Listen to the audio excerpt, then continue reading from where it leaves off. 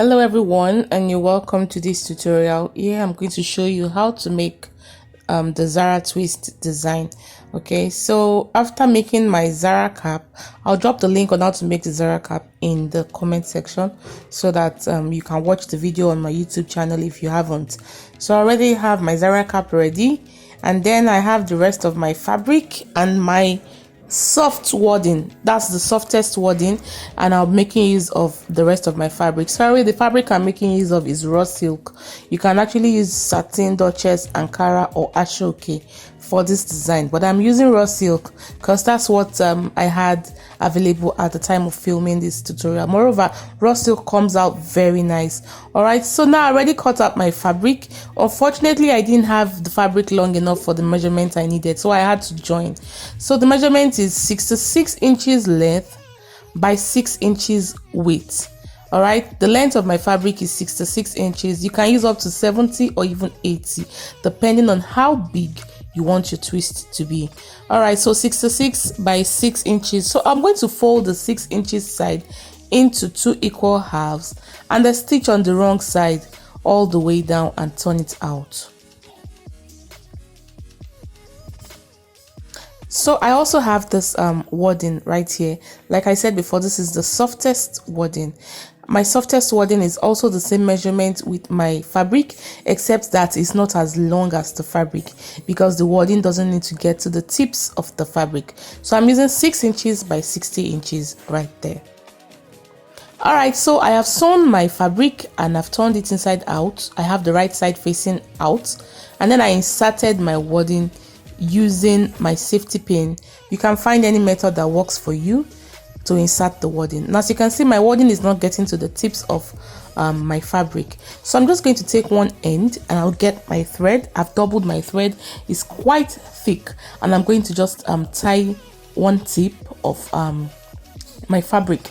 Try and move your hand up towards the very end, not too much at the end, but at least towards the end of your fabric, and tie it very firmly and tight. Okay, so I'm just going to do that very quickly. So I'm going to tie it very firmly right there. Please ensure that it's very tight because you don't want it coming off later, and tie as neatly as possible. Okay, so I'm tying like 2 or 3 times just to secure it. Then you cut off the excess thread. Please do not throw off the remaining thread. You're going to be using it for the other side when you get to the end. So just keep the remaining on your table or on your work surface, okay? Because you're still going to use it later. So trim your thread properly. So after you do that, then you're going to need to get somebody to help you hold the fabric while you twist. So I'll just get somebody and then I'm going to begin twisting. All right, so as you can see now, it's time for us to twist. Now the key is to ensure that your twist is firm and very neat. So basically you're just going to twist each hand separately and then twist them on top of each other. This is going to be a bit tasking and painful. Actually, my hand really hurts while doing this. So you're going to face a little bit of task, but you can get it done. You can just go at your own pace. You don't need to go so fast. So just twist individually and then twist on top of each other very firmly and very neatly. It has to be very firm because once there are holes in between, the moment you turn it or bend it to form that circle shape, all right, you're going to have it looking funny. So twist it very tight, very firm rather, and then just get going like that till you exhaust the fabrics. So as you can see, I'm twisting individually and then twisting them on top of each other. So I'm just going to do that till I get to the end. All right, now so I'm at the other side of my fabric. As you can see as well, my wadding did not get to the other end, okay, because I'm going to be needing to pass my needle through that place. So I'm just going to take the extra thread or the remaining thread I used to tie the beginning. You know, I told you not to throw it away, so I'm going to just use it to tie that tip as well towards the very end, very tightly and very firmly. All right, please ensure that you tie both edges very well. You don't want it coming off later. So now I'm at the other side. I just bend the tip in, or rather fold the tip in, just to make that edge neat. But let me just trim off that rough side. Excuse me. So I'm just going to fold it in. I'm just trying to make sure that place is neat. That's just it. Make sure it's as neat as possible, and then fold the edge in like that, and then get your needle. Please, I beg you, use a matching color of thread. Ensure that your thread matches the color of your fabric exactly. All right, so I'm just going to stitch it down with my hand, just to secure that place, so that I don't have that rough edge there. So just tack it a couple of times, as many times as you can. Please kindly connect with me on my social media platforms.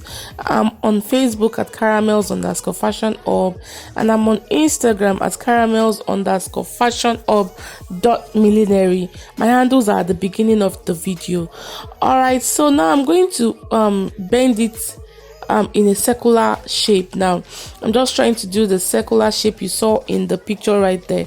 So, and I'm going to just bend inward like that, ensuring that I have a very neat curve in front. I will ensure I have a very neat curve at the front, okay? And I'm just going to tack it right there, okay? And ensure that your rough edges are all facing the same direction. You will understand as I go on. So now I'm going to just stitch that place together. After bending it inward like that, I'm going to just tack it down right there. I'm going to tack it down right there. All right, I'm going to tack it down as neatly as possible, and please ensure that wherever your needle comes out from, you pass your needle right back there. So as you can see, look at this place now. This is in the neat part. That's going to be the front of my design. So I'm just going to wrap it inward. The part where I tied the thread at the beginning is at the back.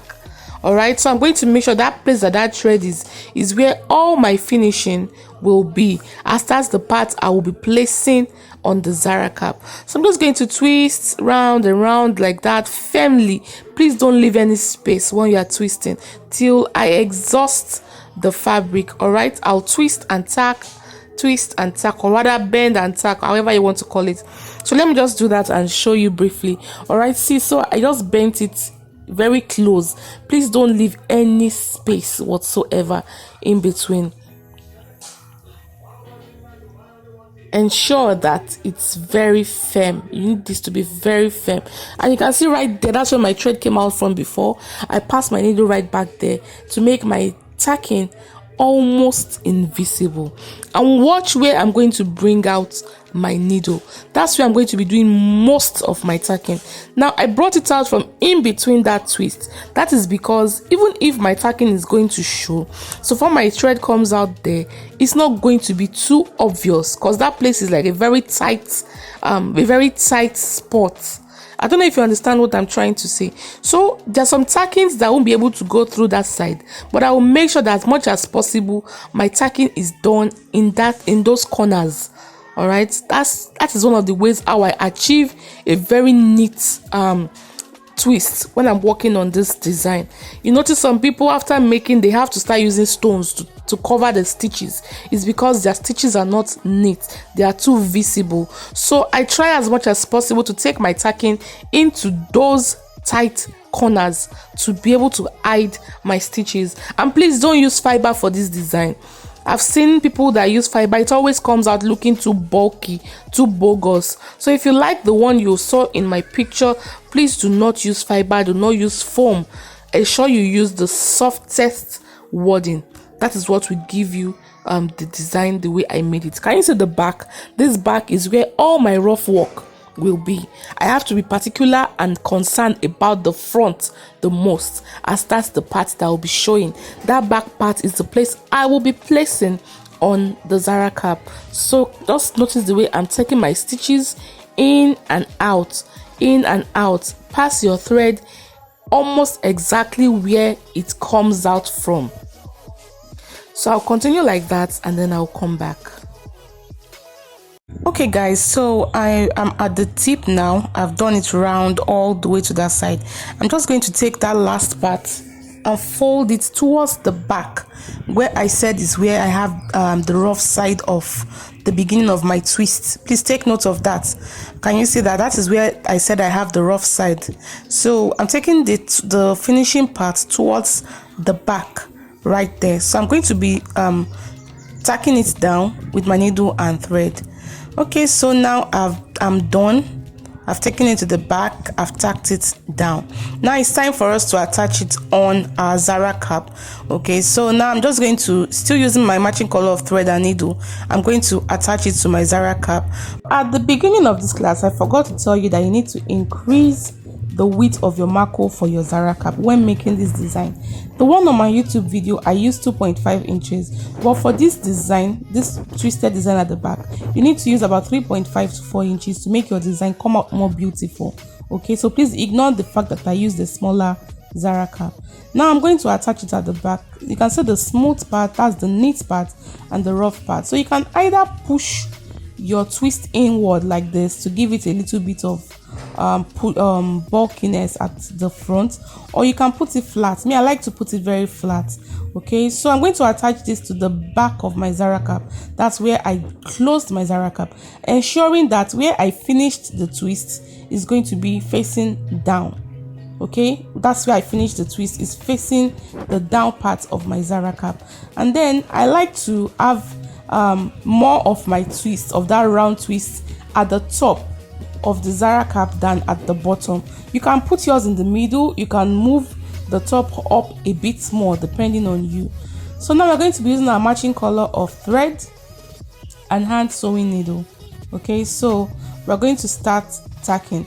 Please note, when tacking this to your cap, do not tack on top of the twist, tack in between the twists. Pick a little of the fabric in between the twists and tack there, so that your tacking does not show. When you start tacking on top of your twist, you will need some stones to cover it, because your thread will show, or it will give your fabric some punches. So when I want to tack, I tack inside the twists, in the middle of the twist, picking the fabric a little, then tacking in the middle of the twist, because most times when I do this design, I do not want to embellish that part. But if you know you want to stone it, you can go ahead and just tack anyhow you like. But can you see where my thread is coming out from?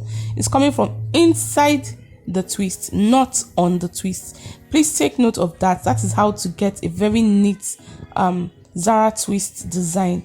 Okay, so just tack inside the twist. Just tack inside the twist like that. Pick a little of the fabric there, tack it to the Zara cap, and just tack in a few places until you are sure that your twisted design is firm at the back of your Zara cap. Please note, like I said, you can either move the twist upward and have more at the top of your Zara cap, or place it at the center. All right, so I'm just going to finish this up, then I'll be back to show you the finished work. Please watch this carefully. Kindly follow me on my social media handles. They are displayed at the beginning of the video.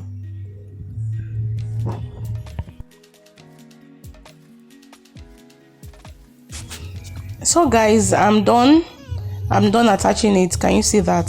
So you see why I said you need to have a higher width of your Zara cap, like 4 inches or even more than 4. That's so that your twist will have enough base to sit on. All right, so that even if you have excess at the top right there, it wouldn't be that much. Okay, so I just used the Zara cap because I had it available at the shop. But please take note, when you are making yours, make your marco at least 3.5 or even 4 or even 4.5. It depends on how high you want the Zara cap to be. So that's all about this class. Thank you for watching. I look forward to taking your questions, and bye.